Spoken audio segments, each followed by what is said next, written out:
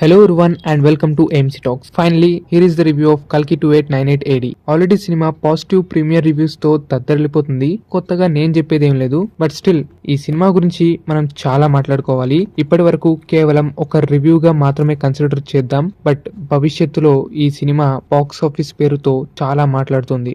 Yes, కల్కి 2898 starring Prabhas, Amitabh Bachchan, Deepika Padukone, Disha Patani etcetera etcetera. Of course మనకి trailer లో టీజర్ లో చూపించింది తక్కువ క్యాస్ట్ అయినప్పటికీ సినిమాలో ఇంకా చాలా మంది ఉంటారు. లిటరలీ మనకి ఎందరో ఫేవరెట్ డైరెక్టర్స్, ఎందరో ఫేవరెట్ యాక్టర్స్ స్క్రీన్ మీద కనిపిస్తారు. I can reveal it, but okay, A worth watch బొమ్మ అని చెప్పొచ్చు. అంటే మనకు ఆల్రెడీ తెలుసు ఇది ఒక సైంటిఫిక్ సినిమా అని చెప్పేసి, బట్ దాన్ని మన హిస్టరీ మహాభారత్ తో కనెక్ట్ చేయటం, అందువల్ల జనాలకి ఎక్కడ లేని క్యూరియాసిటీ అనేది బిల్డ్ అయింది. దట్ టు ఒక అశ్వత్థామ అనే పాత్రను ఈ సినిమాలోకి తీసుకొచ్చారు కాబట్టి దాన్ని తన ఓన్ థియరీతో నాగశ్విన్ గారు ఎలా కన్విన్స్ చేస్తారు అనేదే మెయిన్ మ్యాటర్. ఇక ఈ సినిమా విషయంలోకి వస్తే సినిమా ఫస్ట్ ఆఫ్ అంతా వరల్డ్ బిల్డింగ్ తో సాగుతూ ఉంటుంది.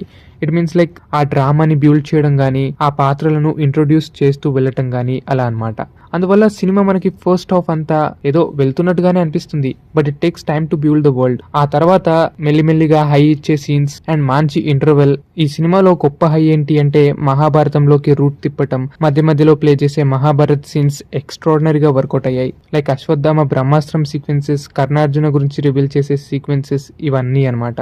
ఐ మీన్ ఇదన్నీ ఎక్స్పెక్టెడే, తెలిసిన కథనే, బట్ జనాలకు డైరెక్టర్ ఎలా చూపిస్తాడు అనేదే ఇంపార్టెంట్ థింగ్. ఈ విషయంలో మాత్రం నాగశ్విన్ గారు బాగానే సక్సీడ్ అయ్యారు. సినిమాలో కొంచెం లాగ్ అనిపించడమో, స్టోరీ సెటప్ ఇవన్నీ పక్కనెట్టి చూస్తే నిజంగా మన టాలీవుడ్ ఫిల్మ్ ఇండస్ట్రీ వారైనా ఇలాంటి ఒక సినిమా తీసింది అని అనిపిస్తూ ఉంటుంది. ఎందుకంటే ఆ మైండ్ బ్లోయింగ్ విజువల్స్ చాలా ఎక్సలెంట్ గా వర్కౌట్ అయ్యాయి. And it's just a beginning అని కూడా అనుకోవాలి. ఇన్కేస్ ఈ సినిమా కొద్దిపాటి మహాభారత్ ని ఇన్స్పిరేషన్ గా తీసుకున్నారు కాబట్టి ఆ సీన్స్ లో ప్లే చేయబడిన మహాభారత్ యాక్టర్స్, వారి రోల్స్ కూడా బాగానే సెట్ అయ్యాయి.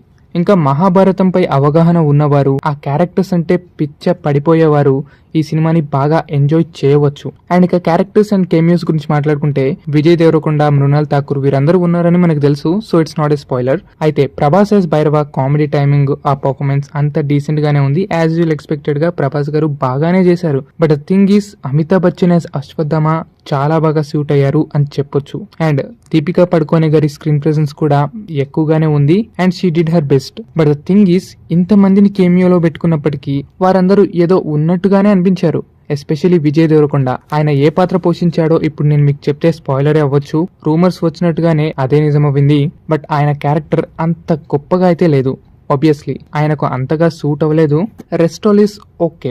ఐ మీన్ ఈ కేమియోస్ గురించి చెప్తున్నానంటే సినిమా గురించి బ్యాడ్ గా చెప్తున్నానని కాదు, it's a very good attempt. Nag Ashwin గారు కుమ్మేశారు. ఆయన చేసిన ఈ బిగ్గెస్ట్ అటెంప్షన్ లో ఖచ్చితంగా ఆయన్ని ఎంకరేజ్ చేయొచ్చు. ఈ సినిమా కూడా వర్త్ వాచ్ బొమ్మ. ఎందుకంటే ఇండియాలో కూడా ఇలాంటి వారు ఉన్నారు, ఇలాంటి అటెంప్ట్స్ చేస్తున్నారు అంటే డెఫినెట్లీ మనం ఎంకరేజ్ చేయాల్సిందే. మ్యూజిక్ డైరెక్టర్ గురించి కాస్త తక్కువ ఎక్స్పెక్టేషన్స్ పెట్టుకున్నాం, but he gave his best అని కూడా చెప్పొచ్చు. అన్ని సీన్స్ లో తోప్ తురుం అని చెప్పకపోయినా చాలా వరకు బెస్ట్ ఇచ్చారు అనుకోవచ్చు. అండ్ సినిమా కూడా మహాభారతం యొక్క ఇన్స్పిరేషన్ తో ఉంది కాబట్టి మరీ ఎక్కువ పాత్రలు, కేమియోస్ పెట్టారేమో, అందువల్ల హీరో స్క్రీన్ ప్రెసెన్స్ కూడా కాస్త తగ్గింది. అయినప్పటికీ ఆయన క్యారెక్టర్ కాస్త ఫన్ మూమెంట్ తో వెళ్ళటం, ఫ్యాన్స్ కి బాగా నచ్చే సీన్లు పడటం ఇక్కడ వరకు బాగానే ఉంది. ఇక ఎనీహౌ ఓవరాల్ సినిమా అయితే బాగుంది, చూసేవచ్చు. బట్ ఈ సినిమాలో పాజిటివ్లు, నెగిటివ్లు మనం సపరేట్ గా వివరించుకుందాం. ఎందుకంటే ఇది లేటెస్ట్ గా వస్తున్న కమర్షియల్ జూజుబీ సినిమా కాదు, ఒక డిఫరెంట్ అండ్ ఒక సైంటిఫిక్ సినిమా. దీని మీద మనం సపరేట్ వీడియోస్ తోనే చర్చించుకోవాలి. ఫస్ట్ పాజిటివ్స్ తో break down and detailing video చేస్తాను, అండ్ నెక్స్ట్ నెగిటివ్స్ తో సినిమాలో ఉన్న చిన్ని మిస్టేక్స్ పై వీడియో చేయబోతున్నాను. నెగిటివ్ వీడియోస్ చేస్తే రక్కేస్తారు కాబట్టి మొదట పాజిటివ్ వైపు తోనే వస్తాను. ఎనీహౌ ఈసారి కూడా టాలీవుడ్ ఇండస్ట్రీ ఫెయిల్ అవ్వకూడదు అంటే ఈ సినిమా హిట్ అవ్వాల్సిందే. మరెన్నో రివ్యూస్ అండ్ అప్డేట్స్ కోసం మళ్ళీ కలుసుకుందాం. See you soon.